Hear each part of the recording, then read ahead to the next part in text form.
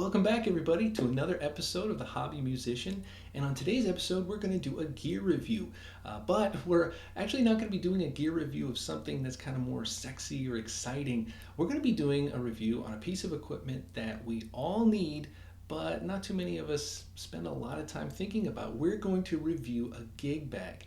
Now, as we've seen earlier on this channel, a lot of the things that I spend time thinking about are how can I maximize the quality of an item that you get with the price you pay for it. And with that in mind, one of the first things I want to do is I want to talk about what are some industry leading standards when it comes to protecting or transporting your instrument. Now, if you're going to be on the road and if you're going for an extended tour or something like that, chances are you're going to want hard shell cases to protect your instruments. You're going to want something that's either like molded plastic or wood cases, metal cases, those kind of things. And lots of companies offer those things. But if you're like me and the majority of the playing you do is really going from your house to the venue and back to your house, and usually you're the one driving yourself. You're loading your own gear in and you're loading your own gear out. If that's you, chances are a gig bag might be your best option. They're convenient, they're portable, and they can be fairly inexpensive. Now, companies out there offer some fantastic products, and companies out there offer some products that are so cheap that you might actually be wasting the little money that you spend on them. And believe me, I've been in that case.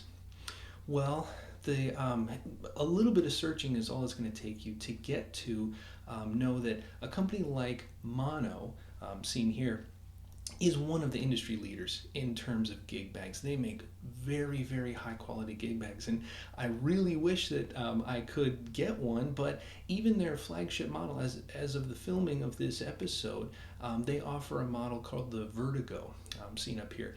And whether you get it for a bass or an electric or whatever instrument you might be looking at, they're going to run you about $250, and they have fantastic features. They're going to protect your instruments with all the kind of pockets and portability that you want.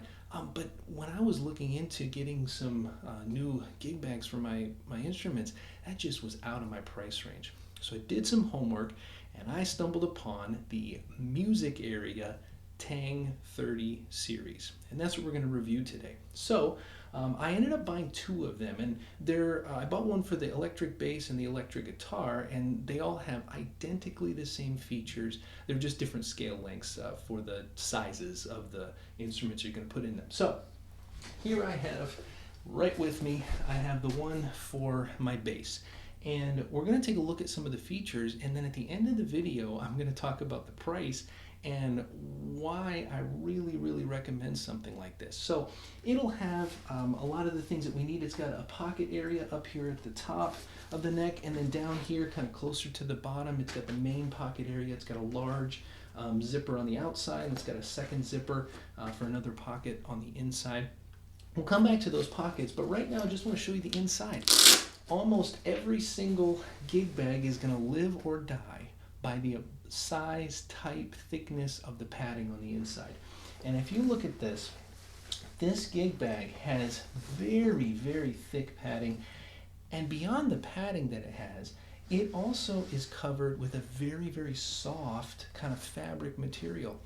I've had some very low quality gig bags, and a lot of times a manufacturer can save some money and cut corners by using, the same type of material that they put on the outside of a gig bag on the inside.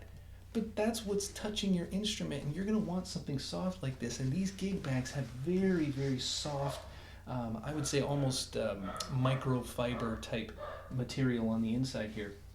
Now, in addition to that, if you look down here at the bottom, they also have these bumper pads. And if you're putting in your instrument, whether it's a bass guitar or an electric guitar, chances are it will have an end pin that you hook your strap onto.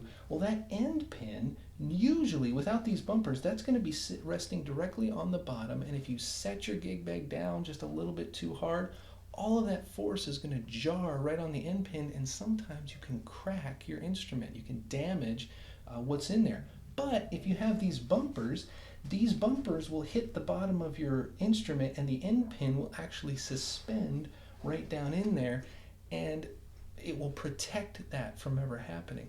In addition, it also has this neck pillow, so you can undo this Velcro thing, and when you're laying your instrument down, the neck goes right into this channel, and you can strap it in with this strap over the top of it, and it will float the headstock, so all of your tuning pegs and everything are also not resting directly on one of the surfaces. These are incredible features, and if you don't want them, if you don't like them, they're all just hooked in there with Velcro, so you can pull them right out or adjust them to meet the specific instrument you have.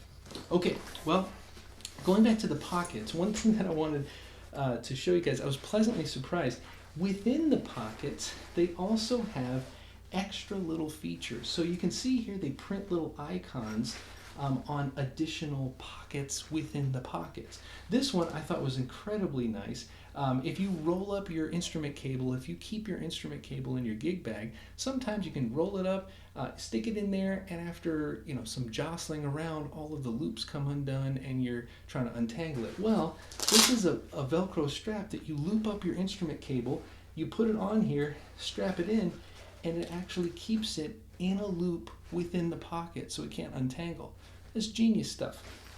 Also, if you maybe you take your music with you and you use some kind of a tablet like an iPad or something like that to have notes or charts or something as you play, well, this has an extra padded pocket specifically designed for that, and they went so far as to even print the little icon on there for storing your tablet. Well, they did a similar kind of thing for this top pocket. They have little areas here, little sewn-in pockets right here, maybe for a cell phone, if you're going to put your phone in your gig bag while you're playing or something like that. They got pen pockets, and they even have a little spot for maybe a business card. So if you forget this and leave it at the venue, you can put your phone number, your name, and stuff like that in the top. Now, one last thing that I want to talk about on the outside of this was a very, very pleasant surprise. If you see this white striping around the top and then again around the bottom, I was pleasantly surprised to find out that that is specifically, it's the same material as those reflective vests that runners might wear. Like if you're a night runner or you run really early in the morning and you want to wear something that reflects headlights, that's this material. Now if you think about it, when you're playing a gig, you're usually at night somewhere, you usually have to park and then walk from your car to the venue. If this gig bag is slung over your back, this bag has its own reflective safety features built in. I love that. That's a really, really handy feature that I didn't even know I was getting when I ordered this. Now the last thing, oh no, not the last thing, I didn't talk about the straps. This particular model is incredibly comfortable to wear on your back. It has heavy-duty, thick padded straps. But the thing that got me the most was if you look down here, it has two gigantic back squishy comfort pads. These rest right on your back where all of the weight of this bag is going to be resting on you, and they're incredibly comfortable. Not only that, you can see here this logo. This is the same style of a design as like a lot of hiking backpacks would use, where this will kind of cushion against you but also keep it off of your back just a touch so that you can get some airflow in there. Fantastic feature. Now, the one that I wanted to save to the end is this little Velcro strap right here. It's got a picture of a zipper on it. I want you to picture this. You showed up at the gig, you opened up your bag, you put your pedal case down, you put your amp down, you're getting everything set up and ready to play. Well, it comes time, you got all of your stuff out, and you need to store all of your bags in some back room so that they're off the stage for the performance.